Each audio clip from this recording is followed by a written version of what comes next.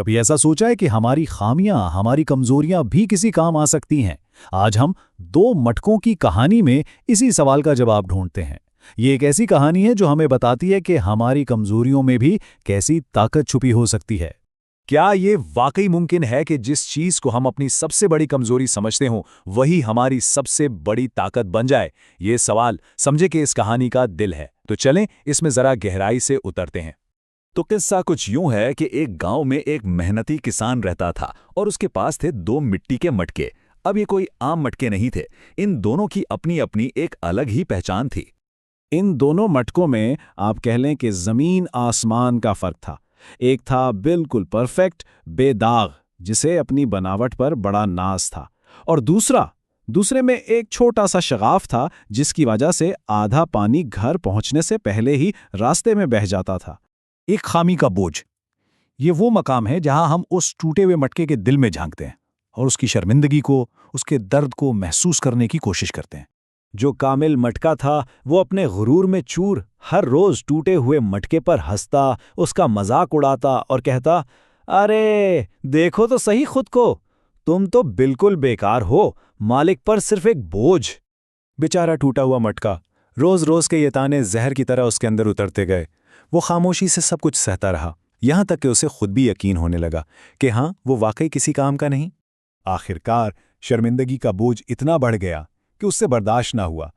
एक दिन उसने हिम्मत जमा की और किसान से कहा, मालिक, मुझे खुद पर बहुत शर्म आती है। मेरी वजह से आपकी आधी मेहनत जाया हो जाती है।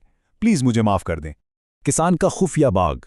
यहां कहानी एक ऐसा मोड़ लेती है जहां किसान एक ऐसा राज खोलता है जो टूटे हुए मटके की पूरी दुनिया ही बदल कर रख देता है। किसान ने उसे डांटा नहीं, बल्कि मुस्कुराकर बड़े प्यार से कहा, अरे फिक्र ना करो, बस कल जब हम घर वापस आएंगे तो रास्ते में अपनी तरफ जरा गौर से देखते हुए आना।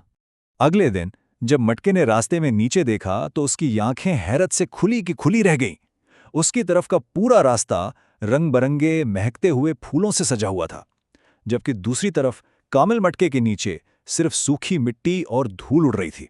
किसान ने उसे देखकर प्यार से कहा, मैं हमेशा से तुम्हारे इस शिगाफ के बारे में जानता था और मैंने जानबूझकर ही तुम्हारी तरफ वाले रास्ते पर ये फूलों के बीज बिखेर दिए थे। हर रोज जब हम घर लौटते थे तो तुम्हारे उस शगाफ से जो पानी टपकता था वही इन बीजों को जिंदगी देता रहा। तुम्हारी ये खामी ही इस पूरे बाग की खूबसूरती की असल वजह है। अपने मकसद में कामिल। अब कहानी अपने उरूज पर पहुंचती है जहां हमें ये पता चलता है कि हर किसी का, हर चीज का अपना एक खास मकाम और मकसद होता है। ये सब देखकर कामिल मिटके का सर शर्म से झुक गया। उसने टूटे हुए मिटके से माफी मांगते हुए कहा, दोस्त, मुझे माफ कर दो। मैं अंधा था जो तुम्हारी इस खामी में छुपी हुई कदर को देख ही ना सका। तब किसान ने दोनों को समझाया कि देखो, तुम दोनों ही मेरे लिए जरूरी हो। कामिल मटका घर तक पूरा पानी पहुंचाकर जिंदगी को कायम रखता है, तो टूटा हुआ मटका रास्ते को खूबसूरत बनाकर सफर को खुशगवार बनाता है। तुम दोनों अपनी अपनी जगह पर बिल्कुल अनमोल हो।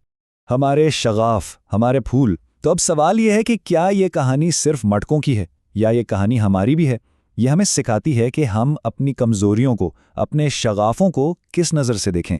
तो इस कहानी का सबक क्या है? यही कि अपनी ताकतों को पहचानें, लेकिन अपने शिगाफ यानी अपनी कमजोरियों को भी शर्मिंदगी के बगैर कबूल करें, क्योंकि अक्सर इन्हीं खामियों के पीछे एक ऐसा मकसद छुपा होता है जो हमारी जिंदगी में सबसे ज्यादा खूबसूरती बिखेर सकता है। ये कहानी हमें बताती है कि असल कमाल बेऐब होने में नहीं है, बल्कि इसमें है कि हम जैसे भी हैं अपनी खूबियों और खामियों समेत खुद को कबूल करें और दुनिया में खूबसूरती और नेकी फैलाने के लिए इस्तेमाल करें।